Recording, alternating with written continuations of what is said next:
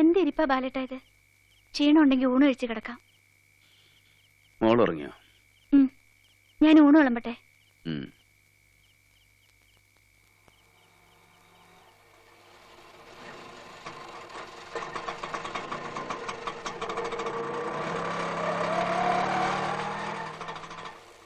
എന്താ സാറേ ഒരു പനി പിടിച്ച പോലെ?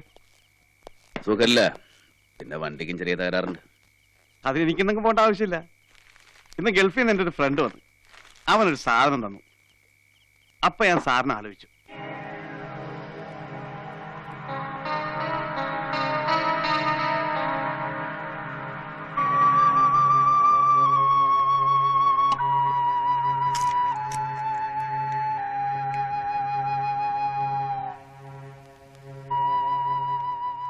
നന്നായി, ഞാൻ ആകെ ഒരു സുഖമില്ലാണ്ടിരിക്കായിരുന്നു. ഞാൻ പോയി ഗ്ലാസ് വെള്ളം എടുത്തിട്ട്. ചേച്ചി എടയോ? അതൊന്നും സാരല്ല, താനിരിക്കും.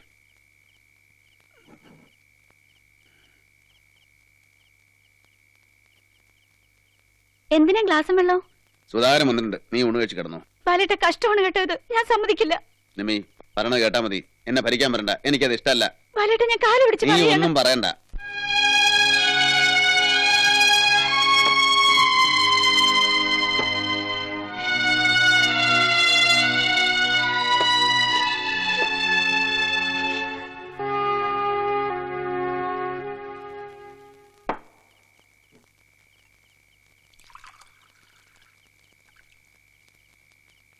വെള്ളം തീർന്നല്ലോ സാർ.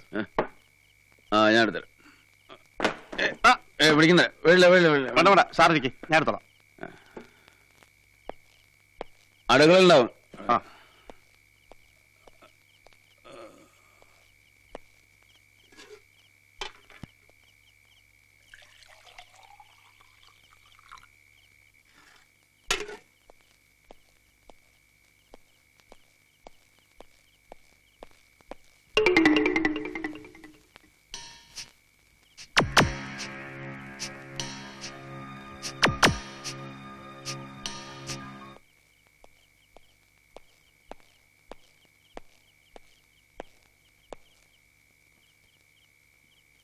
അത് ശരി, അതും കാലിയാക്കിയ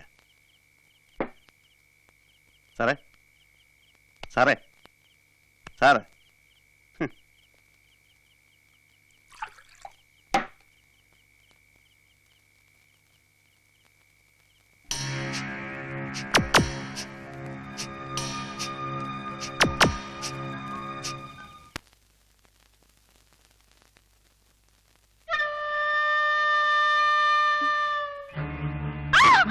ചേച്ചി, ഞാൻ വെള്ളം ചേച്ചി തെറ്റിദ്ധരിക്കരുത് ചേച്ചി.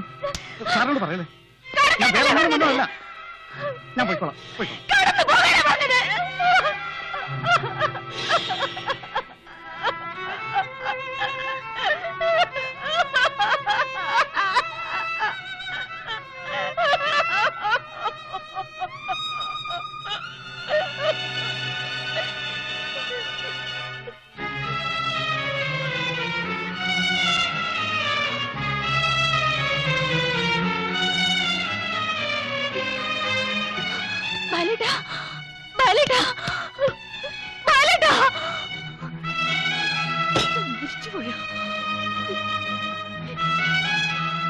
മരിക്കുന്നതാണ് നല്ലത്. സ്വന്തം ഭാര്യയുടെ മാനം പോലും കാക്കാൻ അറിയാത്ത നിങ്ങൾ മരിക്കുന്നതാണ് നല്ലത്.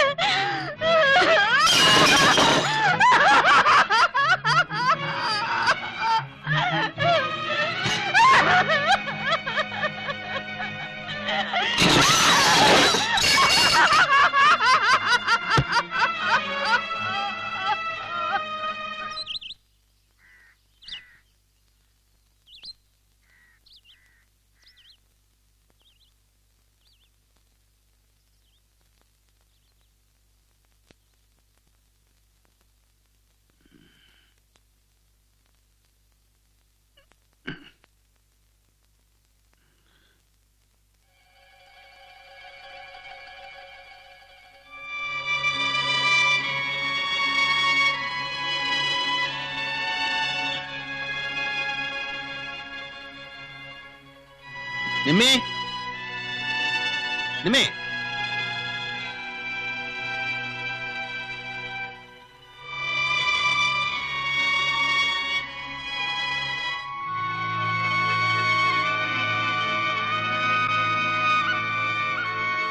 നിമ്മേ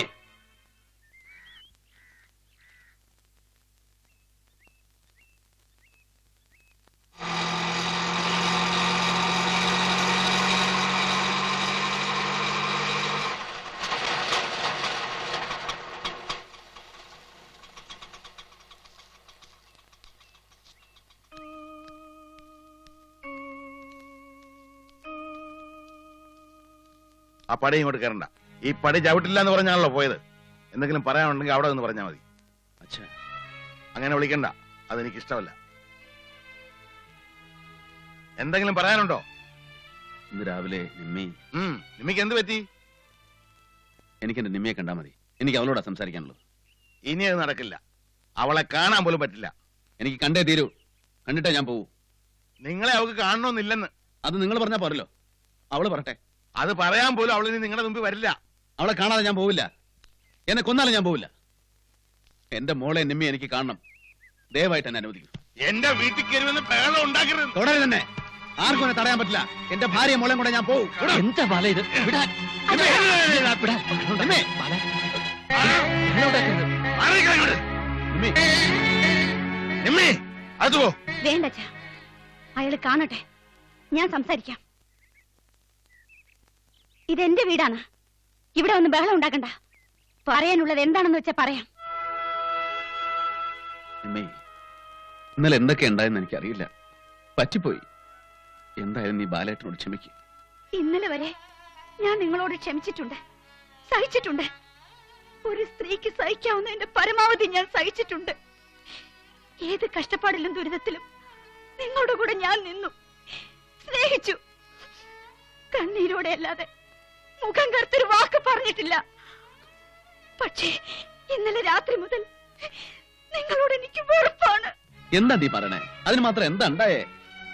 അത് ശരി, എന്താ ഉണ്ടായെന്ന്? സകലതും വിറ്റ് തൊലച്ചു. മദ്യത്തിന് വേണ്ടി അഭിമാനം വരെ വിറ്റു. സ്വന്തം ഭാര്യ വിൽക്കുന്നു വിചാരിച്ചില്ല. ആവശ്യം പറഞ്ഞ കൊന്നുകളെ ഞാൻ. എന്താ പറഞ്ഞേ? വിൽക്കുന്നോ? എന്റെ അച്ഛനെ തുടരുത്. ശരിയല്ലേ പറഞ്ഞത്? നിമ്മി, നിങ്ങൾക്ക് മാനാഭിമാനങ്ങൾ ഒന്നുമില്ല. എന്തും ചെയ്യും. ഒരിത്തിരി ധൈര്യം കൂടി അയാൾക്കുണ്ടായിരുന്നെങ്കിൽ ഇന്നലെ രാത്രി നിങ്ങളുടെ കട്ടിലിൽ കിടക്കണത്.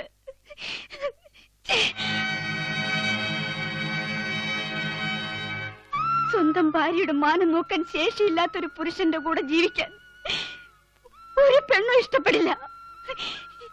ഇനി എനിക്ക് പേടിയാണ്. നിങ്ങളെ എനിക്ക് പേടിയാണ്. ഞാൻ നിങ്ങളുടെ കൂടെ വരില്ല. നമുക്ക് പിരിയാം. നിമ്മി, അങ്ങനെ പറയരുത്. നിമ്മി, എങ്ങോട്ടാ? എന്റെ മകള് നിങ്ങളെ മനസ്സാ വരിച്ചതാ. ഓർമ്മയുണ്ടോ? ഇപ്പൊ അവള് നിങ്ങളെ മനസ്സാൽ ഉപേക്ഷിച്ചിരിക്കില്ല. നിമ്മിക്ക് അതിന് കഴിയില്ല. അവൾ എന്റെയാണ്, എന്റെ കുഞ്ഞിന്റെ അമ്മയാണ്. ഞാനാണ് എനിക്ക് താലിയാണ് അവളെ കഴുത്തി കിടക്കുന്നത്. താലി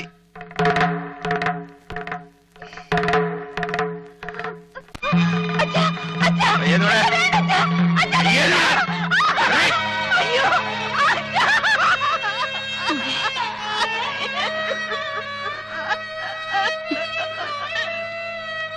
ഇതാ നിന്റെ താലി. ബാക്കി നമുക്ക് കോടതി കാണാം.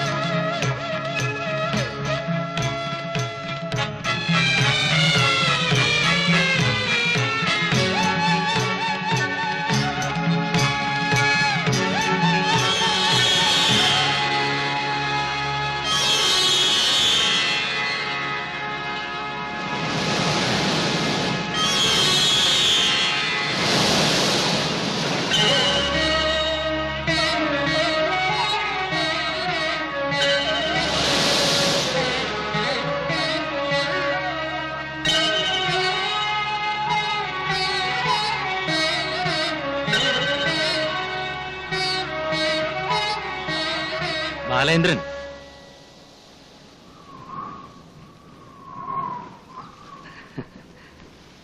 എന്താ ഓർമ്മ കിട്ടണില്ലേ?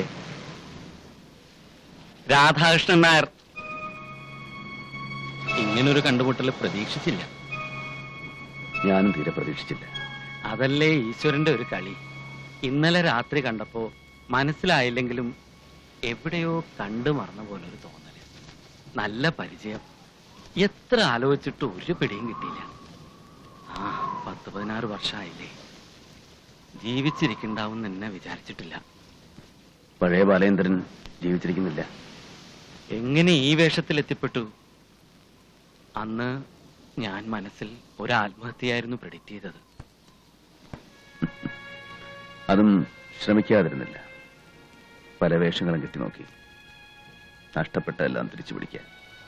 കള്ളക്കടത്ത്, കള്ളച്ചൂട്, കള്ളച്ചാരായം, അങ്ങനെ പറയാൻ അറയ്ക്കുന്നത് പലതും. കിട്ടിയത് രോഗങ്ങൾ, കരള്, തലച്ചോറ് എല്ലാം തകർന്നു. അച്ഛനും അമ്മയും മരിച്ചതിന് ശേഷം നിർമ്മലയും മോളും തിരുവനന്തപുരത്താ കൃഷ്ണേട്ടന്റെ കൂടെ. മതി, എന്നോടൊന്നും പറയരുത്. എനിക്കൊന്നും അറിയണ്ട. അറിയണ്ടെന്നോ? അതെ, അറുത്തിട്ട് മറ്റുപോകാത്ത ആ ചരട് പൊട്ടിച്ചെറിയാനാണ് ഞാനിവിടെ വന്നത്. നോക്ക്, ഉപേക്ഷിക്കാനോ വിൽക്കാനോ കഴിയാതെ എന്നെ എന്നും പിറകോട്ട് വലിക്കുന്ന ഈ മുദ്ര, ഇത് ഈ സാഗരങ്ങൾക്ക് സമർപ്പിക്കണം. സ്വതന്ത്രനായി തിരിച്ചു പോകണം. അതോടെ എല്ലാ അറ്റുപോവോ ബാലേന്ദ്ര? ബാലചന്ദ്രനല്ല, ഇപ്പോ ആത്മചൈതന്യ. ദയവ് ചെയ്തെന്റെ മനസ്സിന്റെ ശാന്തത തകർക്കരുത്. 10-16 വർഷമായിട്ട് ഒരു സ്ത്രീ നിങ്ങളെ ഓർത്ത് ഉരുകി കഴിയുണ്ട്. അവരുടെ കണ്ണീരുണങ്ങാതെ ഏത് ഈശ്വരനാണ് നിങ്ങൾക്ക് ശാന്തത തരിക? പ്ലീസ്, ഒരു തിരിച്ചുവരവ് ഞാൻ ആഗ്രഹിക്കുന്നില്ല. ആ കാലം കഴിഞ്ഞു. ഈ ജീവിതത്തിൽ ഞാൻ സുഖവും സമാധാനവും കണ്ടെത്തുന്നു. എന്നെ വെറുതെ വിടണം. ഞാൻ അപേക്ഷിക്കുകയാണ്. ഓ ശരി, ഞാൻ ശല്യപ്പെടുത്തുന്നില്ല. നിങ്ങളുടെ സുഖം നഷ്ടപ്പെടുത്തണ്ട. എന്നു മടങ്ങും? കഴിഞ്ഞാൽ ഇന്ന് തന്നെ, അല്ലെങ്കിൽ നാളെ. നാളെ ഇവിടെ ഉണ്ടെങ്കിൽ ഒരു വിവാഹത്തിന് ക്ഷണിക്കുന്നു. എന്റെ ഭാര്യയുടെ അനുജത്തി നിർമ്മലയുടെ മകൾ ഇന്ദുവിന്റെ വിവാഹമാണ്.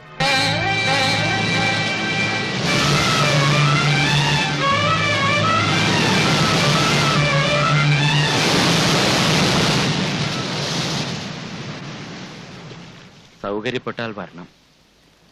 സങ്കല്പിച്ച് തൊട്ടു വന്നിക്ക്.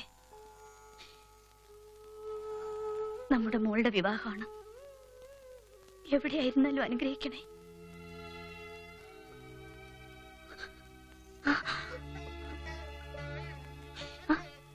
കരയേ, കരയല്ലേ, സന്തോഷായിട്ടിരിക്കേ. ഇനി അമ്മ ഒറ്റയ്ക്കല്ലേ എന്റെ കുട്ടി. അതൊന്നും ആലോചിക്കണ്ട. ഇതുവരെ പിടിച്ചു നിൽക്കണമെന്നേ അമ്മയ്ക്കുണ്ടായിരുന്നുള്ളൂ. നിന്റെ വിവാഹം, ഇനി ഒന്നുമില്ല അമ്മയ്ക്ക്. ഒന്നും നോക്കാനില്ല. മേനോനും ഭാര്യയും മരിച്ചുപോയ നിലയ്ക്ക് കൃഷ്ണൻ തന്നെയാ കാരണവര്. ഇവരുടെ കാര്യങ്ങളൊക്കെ കൃഷ്ണനല്ലാതെ ആരാ നോക്കുക? ഞാൻ നോക്കണുണ്ട് ഗോപാലേട്ടാ, നല്ല അന്തസ്സായിട്ട് നോക്കണുണ്ട്.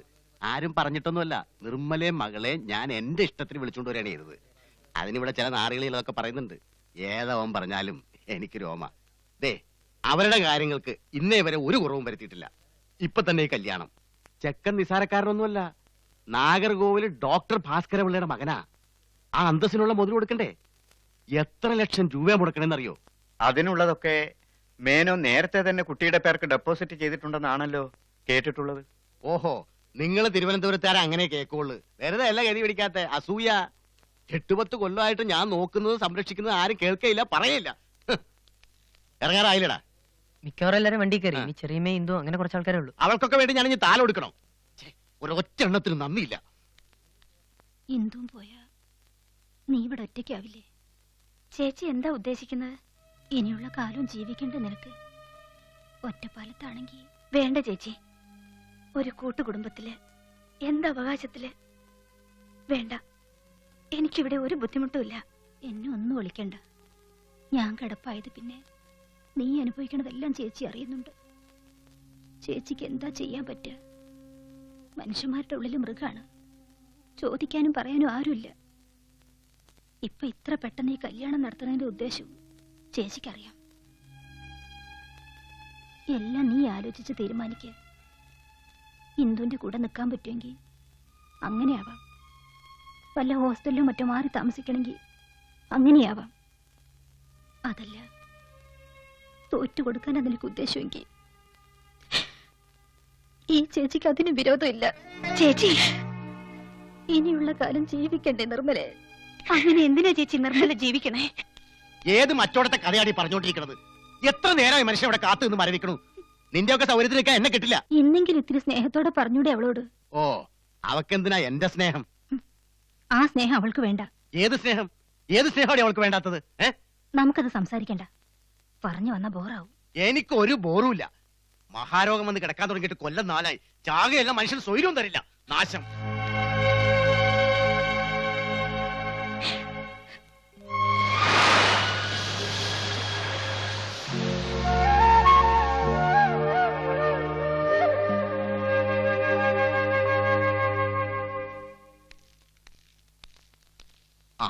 കൃഷ്ണേട്ടനെ പറ്റി വന്നിട്ട് മണിക്കൂർ ഒന്നായി. താനിത് എവിടെയായിരുന്നോ? ഞങ്ങൾ ശുചീന്ദ്രം വരെ പോയി തൊഴാൻ. അത് ശരി. ഇവിടെ വന്നിട്ട് ഭാര്യയും ഭർത്താവും കൂടി തീർത്ഥാടനമാണ്. ഞാൻ പറഞ്ഞ കാര്യങ്ങളൊക്കെ ഏർപ്പാടാക്കിയിട്ടുണ്ടോ? നാളെ ഞാൻ നാറേണ്ടി വരുമോ? ആ, നാറ്റുണ്ടെങ്കിൽ നാറാണ്ടിരിക്കില്ലല്ലോ. ഓ, താൻ കുറേശ്ശെ വർത്താനൊക്കെ പറഞ്ഞു തുടങ്ങിയല്ലോ. പറയിപ്പിച്ച പറയാണ്ടിരിക്കണ എങ്ങനെയാ? അല്ലെങ്കിൽ വന്നേ, ചോദിക്കട്ടെ കാര്യങ്ങള്. ഞാൻ റൂമിലേക്ക് വരാം. കൃഷ്ണേട്ടൻ പോ.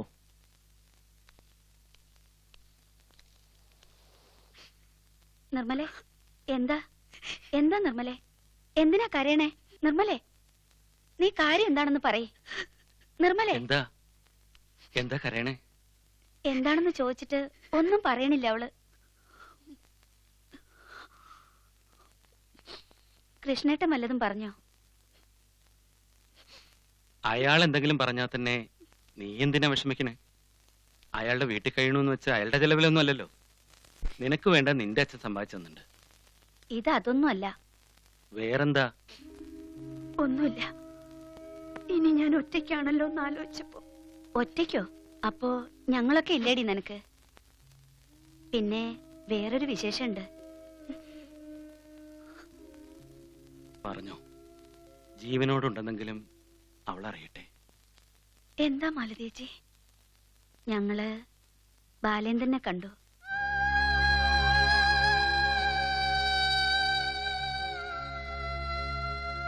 എവിടെ? ഇവിടെ കന്യാകുമാരിയിൽ വെച്ച് രാധേട്ടൻ കണ്ടു.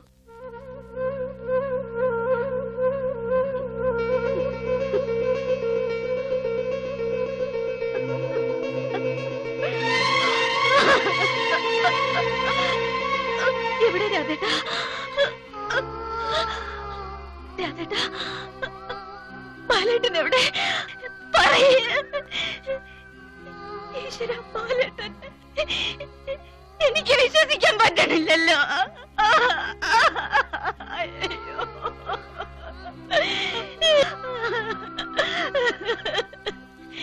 എനിക്ക് വിശ്വസിക്കാൻ പറ്റണില്ല. വിശ്വസിക്കുമോളെ, സത്യമാണ്. രാധേട്ടൻ കണ്ടു, സംസാരിച്ചു.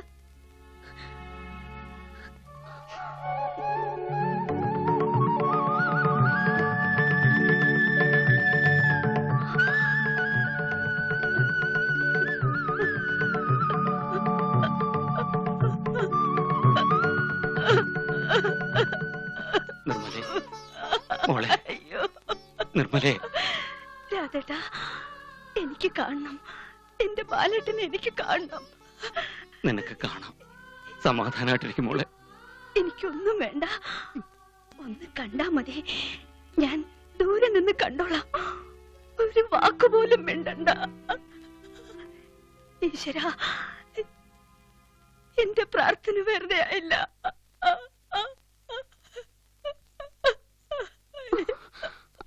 എന്താ? എന്തോ? നീ ഭാഗ്യമില്ലാത്തവളല്ല. എന്റെ മോള് ഭാഗ്യമില്ലാത്ത കുട്ടിയല്ല. എന്താമേ?